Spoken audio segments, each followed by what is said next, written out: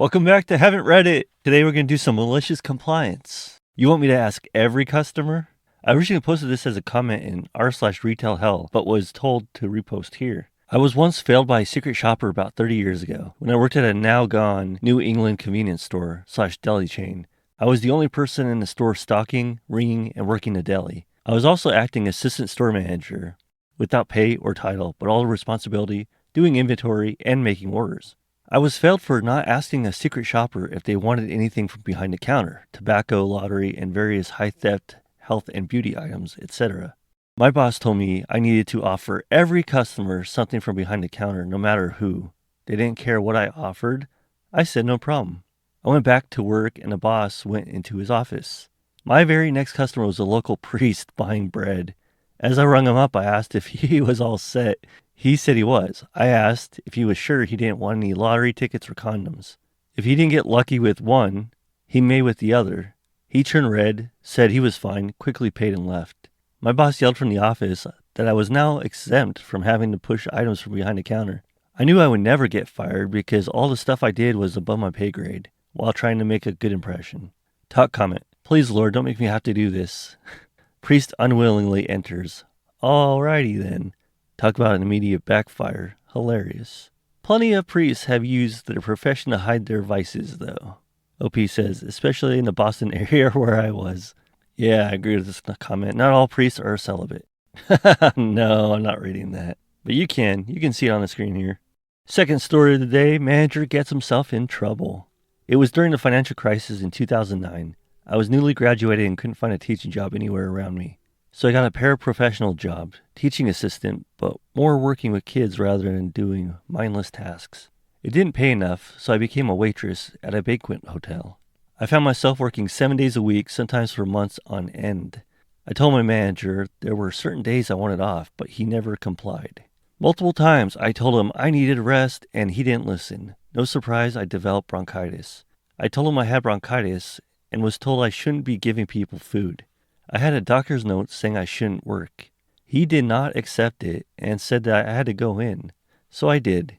It just so happened the hotel manager and owner did a surprise observation that day. They heard my cough. I told them I had bronchitis. They asked why I was there. I told them the truth and the manager's text saying I still had to come in. The manager and I were pulled into an office. I was sent home and ordered not to come back for 2 weeks. My manager was written up for not following health standards. I quit 2 weeks later. My last day, the manager asked me to come in the next day because they would be swamped. If he had asked a week before, I would have said yes. The last day, though? No. I never went back. Top comment says, he managed to get in trouble, and he managed to lose a good waitress. OP says, ha ha ha, yeah. And I had repeat customers who requested me. The hotel manager was beyond angry. He knowingly put customers and employees at risk. But not angry enough to fire him, someone says. The manager's actions are concerning, especially with someone who is clearly unwell. It's important for employers to prioritize their employees' health and well-being. Back when I was in high school, a friend of mine worked fast food. She tried to call in sick and they told her she had to come in. She was pissed but went to work. She went to the doctor the next day and was diagnosed. The health department was notified. They shut down the restaurant for 24 hours pending a complete deep clean and inspection. Someone responds, I had a manager once who tried to call a coworker in, but she didn't answer the phone. He was so pissed he drove over to her apartment to demand she come to work. He ended up calling an ambulance instead because she was unconscious by the front door.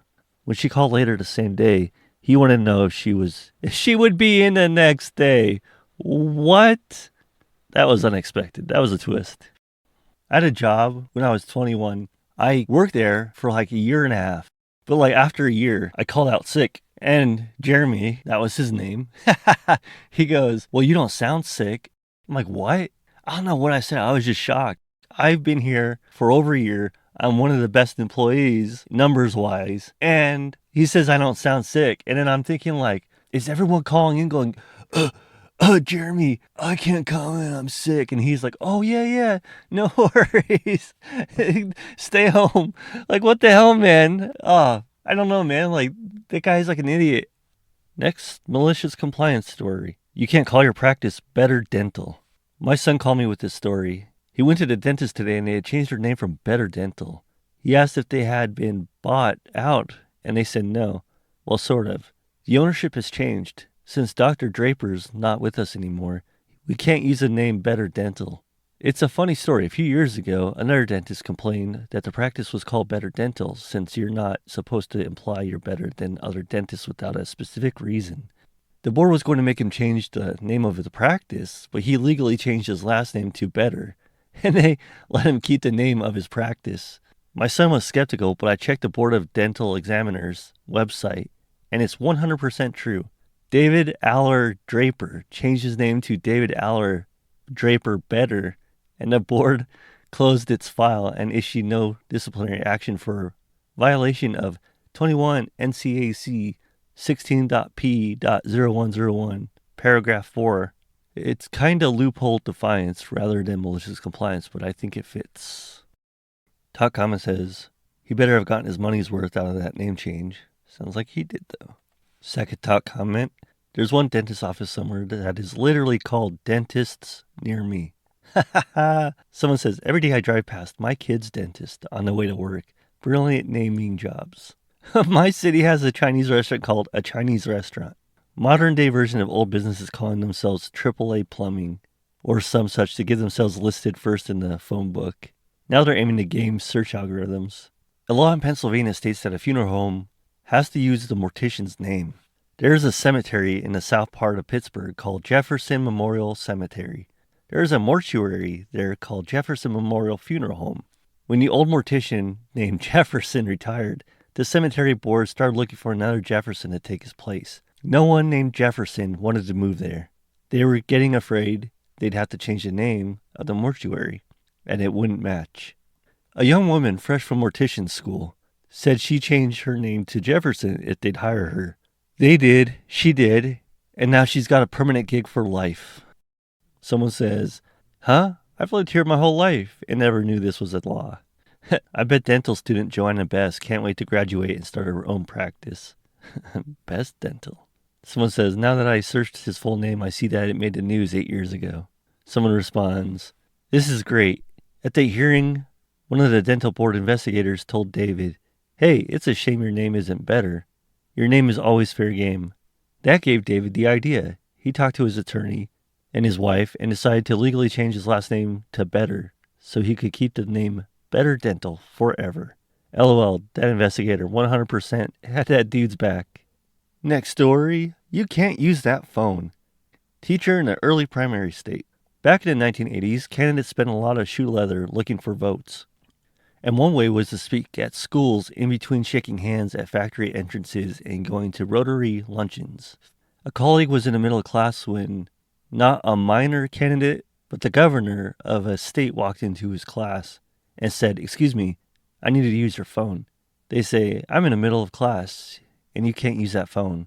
The governor looked a little shocked and there was a standoff until the central office assistant superintendent of whatever said, it will only be a minute. My friend asked if he needed privacy. The governor nodded. Okay, class is over, my friend said, looking at the admin. Head on down to the cafeteria and we'll just have a study hall, since this call is more important than my class. As the kids left, the governor picked up the phone and waited and waited. Then he asked, how do I get an outside line? You can't, he said. It's an internal phone. I told you, you can't use that phone. And he went off for a little break. Honestly, the teacher had his priorities straight. I love the part where the governor realized he couldn't make an outside call. It's like, dude, this isn't your campaign headquarters. It's a classroom. It's refreshing to see someone who doesn't bend over just because some suit walks in.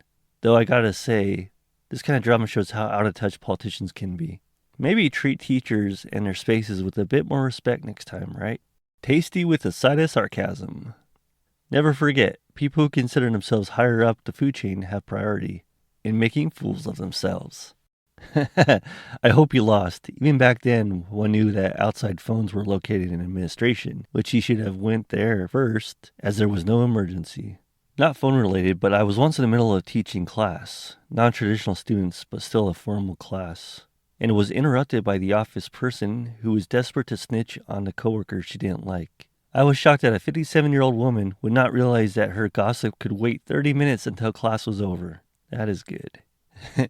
Reminds me of a SpongeBob episode where SpongeBob and Patrick keep telling Squidward he wouldn't fit in their club. Enraged, Squidward, who forces his way into their tiny clubhouse and, upon entering, realizes they meant he really would not physically fit in there.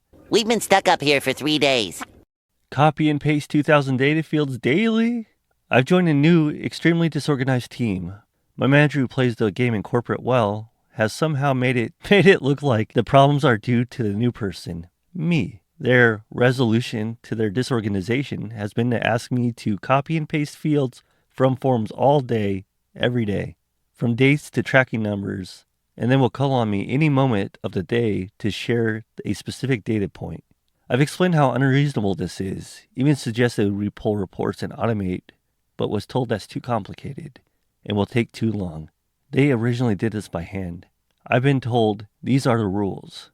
I've now pulled the reports, automated the job, made some pivot tables, and my 8-hour job is done in 10 minutes. I'm not saying anything.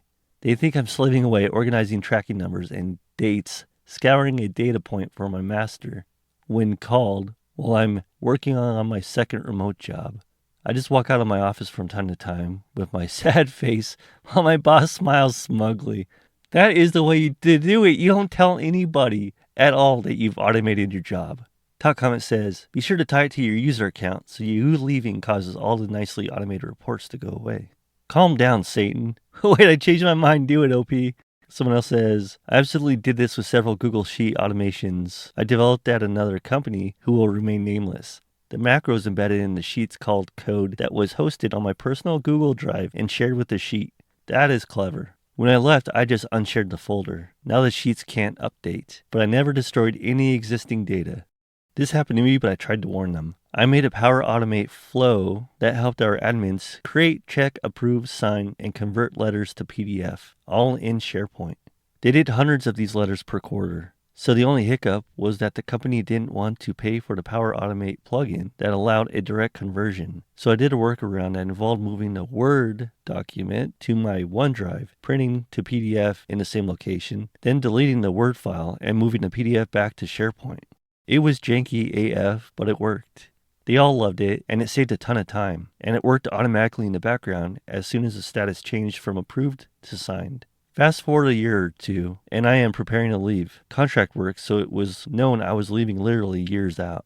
And I was warning people 9 months, 6 months, 3 months out that this thing that everybody loves will break as soon as my account shuts off. I offered to send it out to our IT department to develop into an in-house application. Denied. I offered to set it up in someone else's account. No interest. I tried to save it, but no one wanted to help me save it. I am guessing they have been doing all that crap manually ever since. I tried. I did. But you can't make people listen. Someone responds to this saying, I had a similar experience with some VBA scripts in Access that worked perfectly so long as the Microsoft Office on that remote desktop was never updated. 2 weeks after I left, they updated it. Office updates in those years didn't give Microsoft Access any respect and broke critical functions every time. Someone says be careful with this idea. If you were paid for the time you spent automating this job, then in most countries, your employer owns the automation. So do not make attempts to remove or delete it. But that doesn't mean you have to document that it exists or how to use it if they don't pay you for it. Second top comment, this is malicious anti-compliance, but still satisfying. Someone responds saying, it's not even malicious compliance, they're doing the job even more efficiently than asked. It's benevolent non-compliance. Third top comment, I did a contract job where we had to copy and paste between systems, remoting into machines, and change specific settings, update a spreadsheet to keep track of our progress, and communicate with remote technicians. I used AutoHotkey to build a console to do everything, cutting down an hour of work to 2 minutes. They rewarded me by cutting my contract since they had no work left for me. Yeah, you don't tell people what you're doing. Someone responds to this comment saying, exactly why OP should never let his employer know about his automation. I've implemented many automations. Management and the automation application providers always say the automation is to relieve valuable employees from needing to perform mundane tasks so they can be free to perform more challenging tasks. Don't believe that HR speak for an instant. Every automation I've implemented always led to employees being let go, period. Final story. Bitchy about my appearance? I'll change it for you. This story features malicious compliance toward multiple people, particularly my parents, the boss of my old job, and my grandmother. I don't call myself goth necessarily. At the very least, if I did, it wouldn't be my only label.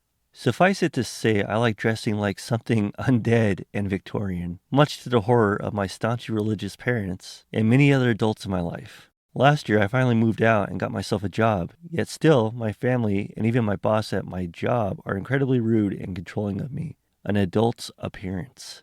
Once on my day off, I answered a video call from my parents in which they proceeded to berate me for the lack of color in my outfits. Really, no, how are you? Just straight to the complaints. At this point, I've had enough. I'm an adult who can make my own decisions, and I have a plan. I promised them, oh so sweetly, to add more color to my appearance if they stop effing complaining, and they agree. After this call, I needed to pick up something from work. Wondrous. A rare opportunity to wear my usual clothes in the workplace instead of my uniform. Again, my boss tells me I only wear black and that I need color. Ironic coming from the man who repeatedly tells me I'm only allowed to wear neutral tones with my uniform. I tell him he doesn't need to worry. I'll be very colorful tomorrow. The next morning I clocked in to work with a giant grin and the brightest electric blue punk rock mullet they've ever seen. My boss is trying to smile, but it doesn't reach his eyes and his fists are clenching his pen. I thought you said I needed more color. I smile innocently. Later on call with my parents, they reminded me that dyeing hair is unholy and that I look like one of those liberals. Tragic, truly. Whatever will my grandmother do? I haven't spoken to either of them since I got a new job. Regardless, my mental health has improved noticeably and my hair is now dyed blasphemously black. Because as much as I liked it blue, black is my favorite color. TLDR, my family and boss at work bitched about my gothic wardrobe's lack of color, so I dyed my hair blue, which they hated even more. Wear more color. Okay. Wait, no, not like that. Thanks for reading. Have a lovely day. Top comment says, I like you a lot. OP says, thank you. I'm happy to say I like me a lot as well. And that's what matters most. Someone replies to OP, that was a hair-raising stunt. OP says, as a collector of bones, I found this humorous. As an adult goth, I feel your pain. My parents never really gave me crap, but my coworkers like joking that I'm so colorful when I come in wearing light gray. You're doing great, and I love you. OP says, thank you, my friend. Fuss at them back about what they wear and how offensive it is.